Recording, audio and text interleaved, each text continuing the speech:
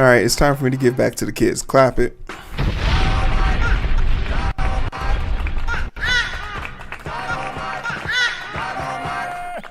Hey, how you doing? My name is Hero. This is Coding with Strangers, and I want to give back to the kids. You know, the kids are our future. Treat them well and let them lead the way. Sexual Chocolate. If you don't understand that reference, it's from a movie that came out the year I was born, and it talks about how we need to give kids the opportunity to grow up and be children, but then at the same time prepare them to, lead the way.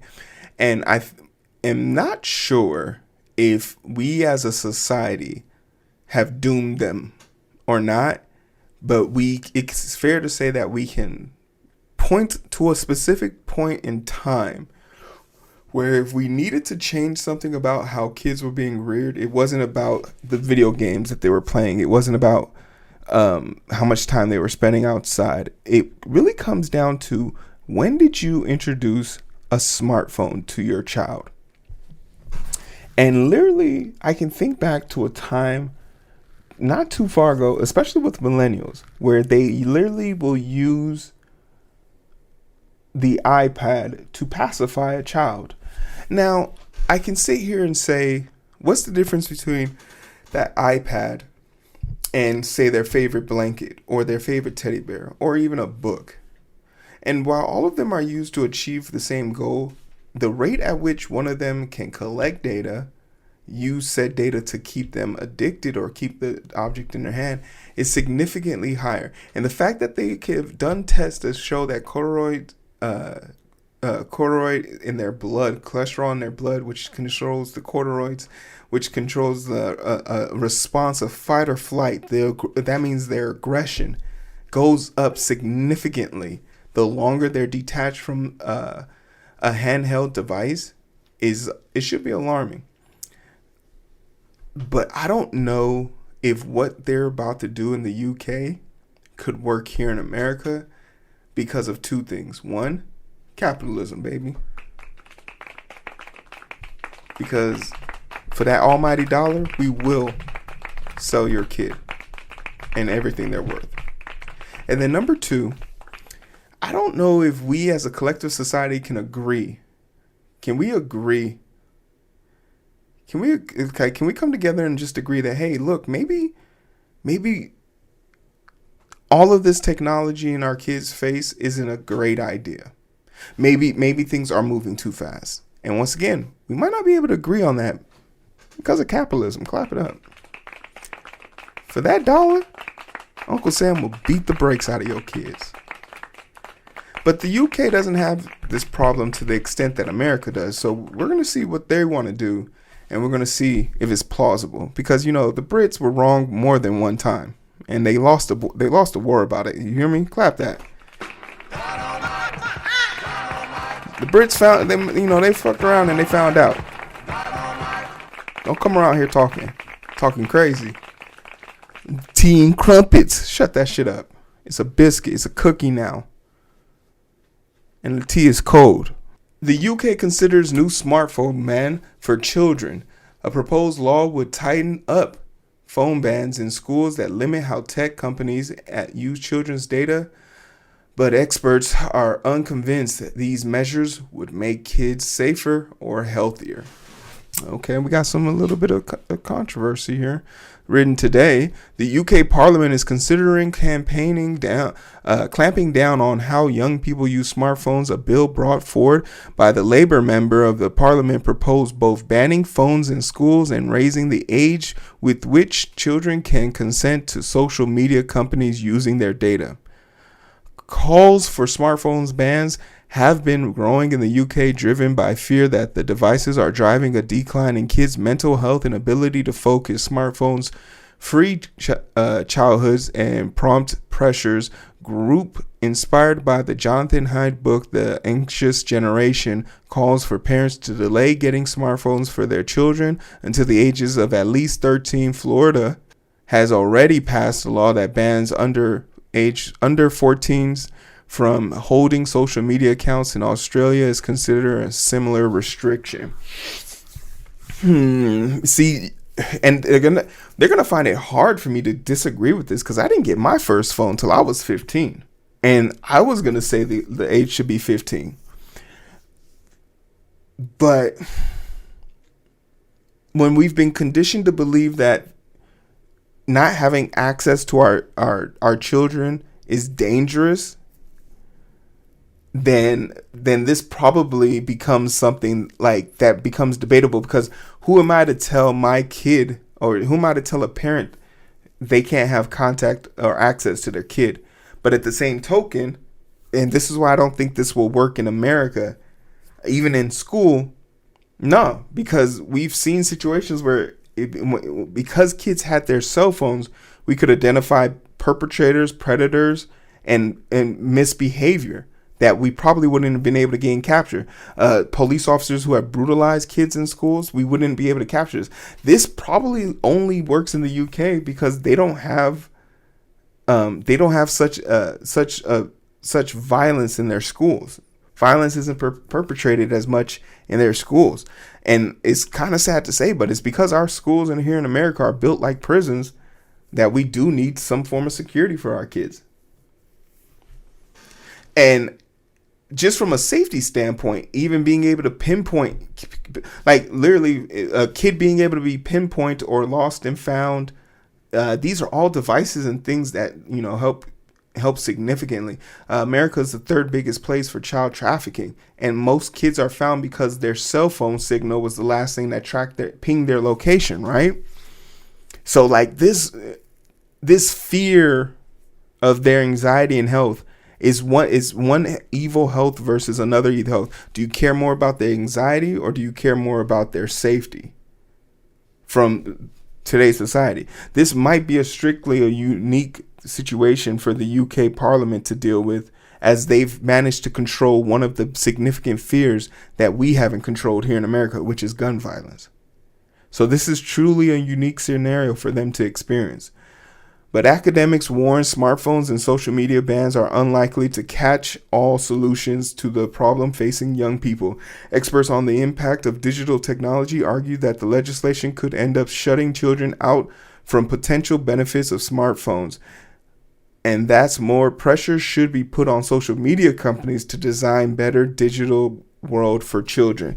This is sort of the lane that I think I fall into the most, because if we were putting the same pressure we were putting on TikTok right now, there's no way, and I do mean no way, right? There's no way social media is as bad as it is today. If we were saying that we were going to force companies to sell themselves or find new leadership if they cannot get their shit together, social media websites would go back to being about cats and dogs and making YouTube videos in your mom's basement versus the lights and sounds. All right. The pressure doesn't really need to come onto the device or the parents or the student as much as the device, because teachers can tell you this better than anybody. You can't control kids. You can only contain them. But you can definitely control companies. You're Parliament. You can do whatever you want. You're the government. The latest proposed clampdown in the UK is thin on details, but the MP brings the bill. Josh McAllister told the radio show today that it would prevent social media companies making use of young people's data until they are 16. We can protect children from lots of addictive bad design features that come from social media. He said the bill would also make a ban on phones in schools legally binding. The bill was introduced to the House Commons on October 16th and is set to be debated on March 7th, 2025. Let's mark our calendars for that. McAllister submitted the private member bill, a way for MPs who are not members of the government to propose legislations. Private member bills rarely become law, but they can be a way to raise public influence. Government legislations and Labor Health Secretary Wes Streetings posted on X support of the bill, writing the concerns about smartphones use and the impact of mental health, and makes a really timely debate. The thing that's kind of interesting about this is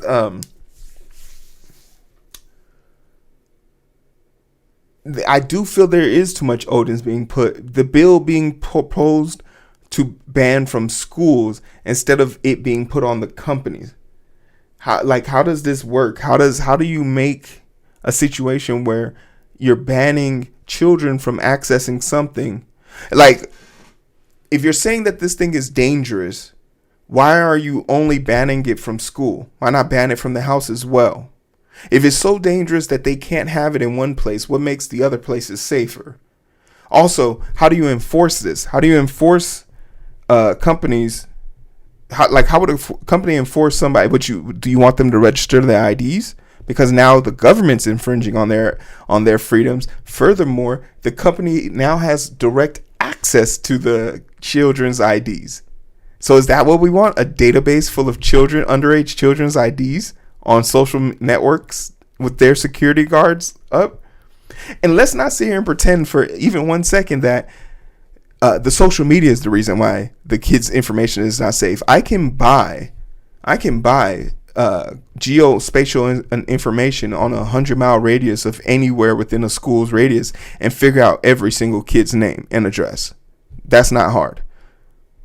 I can figure out which kid who has siblings. I can figure out what grade kids are in.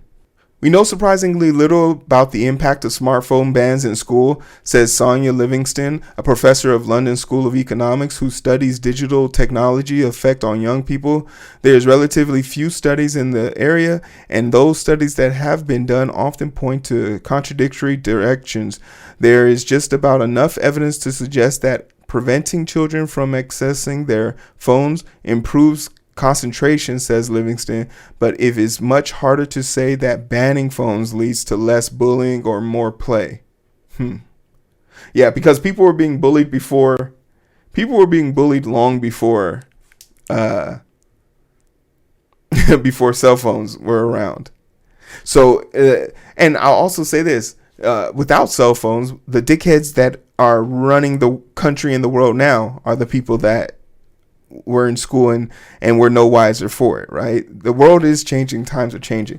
And I remember there were teachers that were in tears when they were told that we could use calculators for the ACT.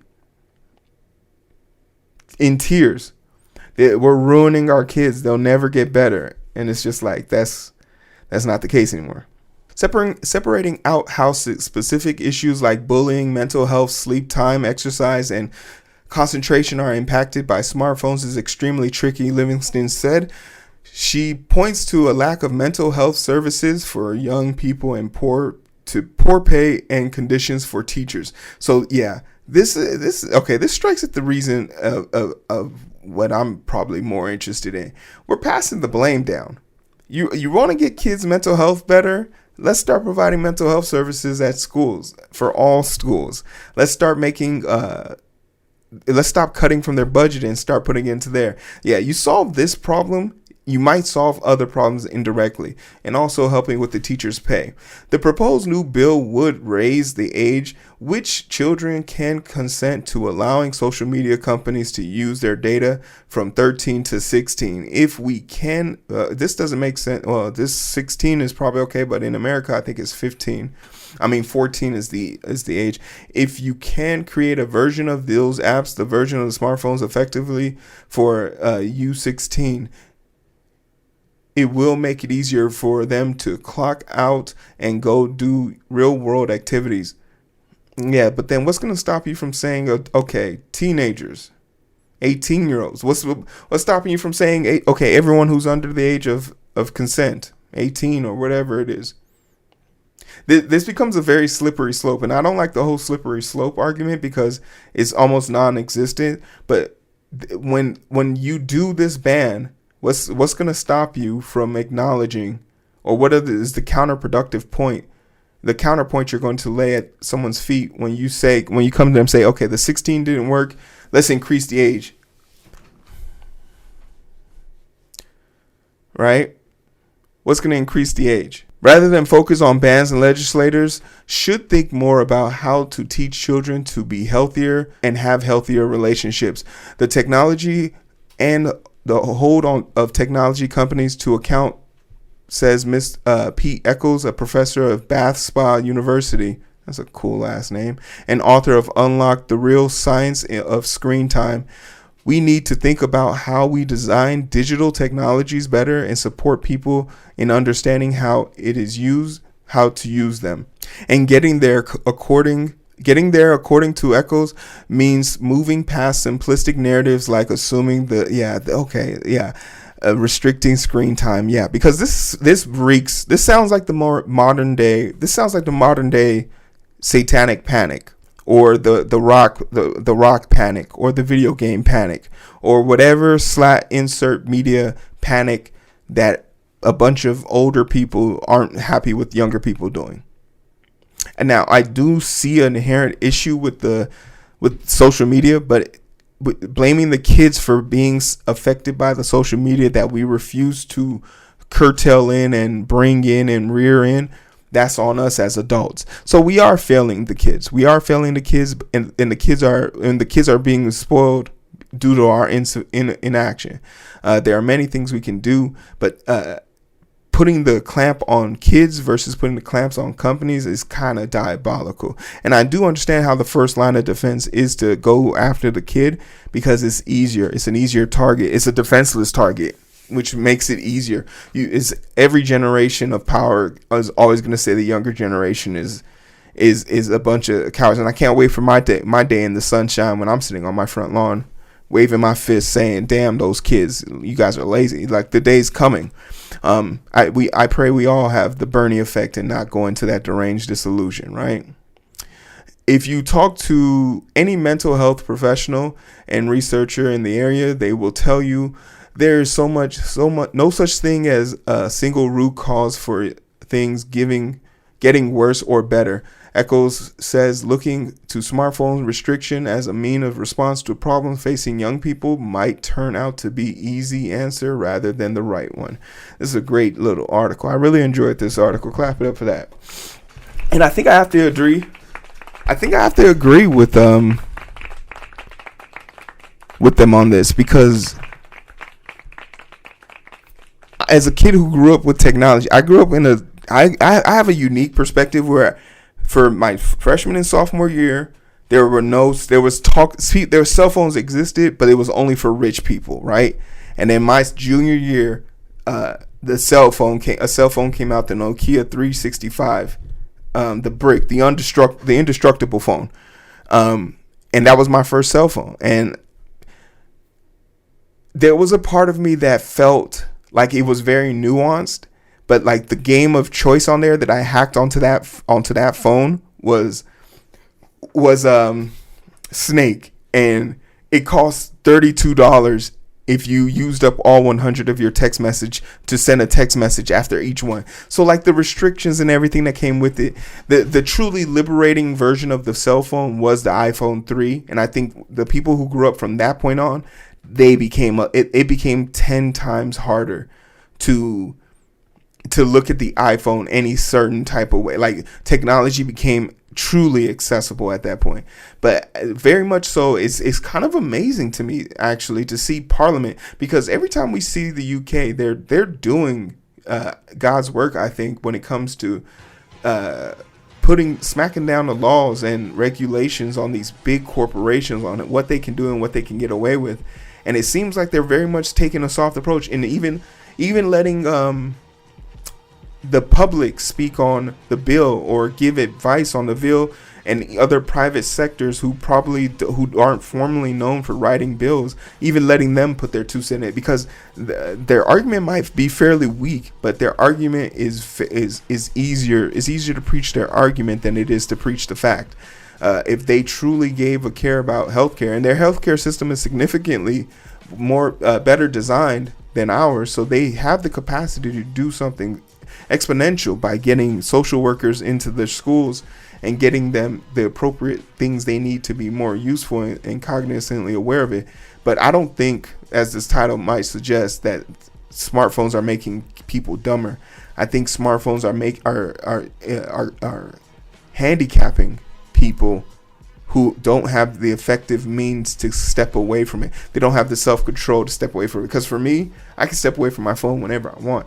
shoot, my phone stays on silent and it stays on do not disturb. So like whenever I get a phone call, whenever I get a call, it's truly when I want to look at my phone and do what I want to do. But yeah, I think the UK Parliament's got this one wrong, but that's just my thoughts on it. What do you think? What do you think they should do? What do you think Sherlock should do? Clap it. Flat 22 222B. What do you think they should do?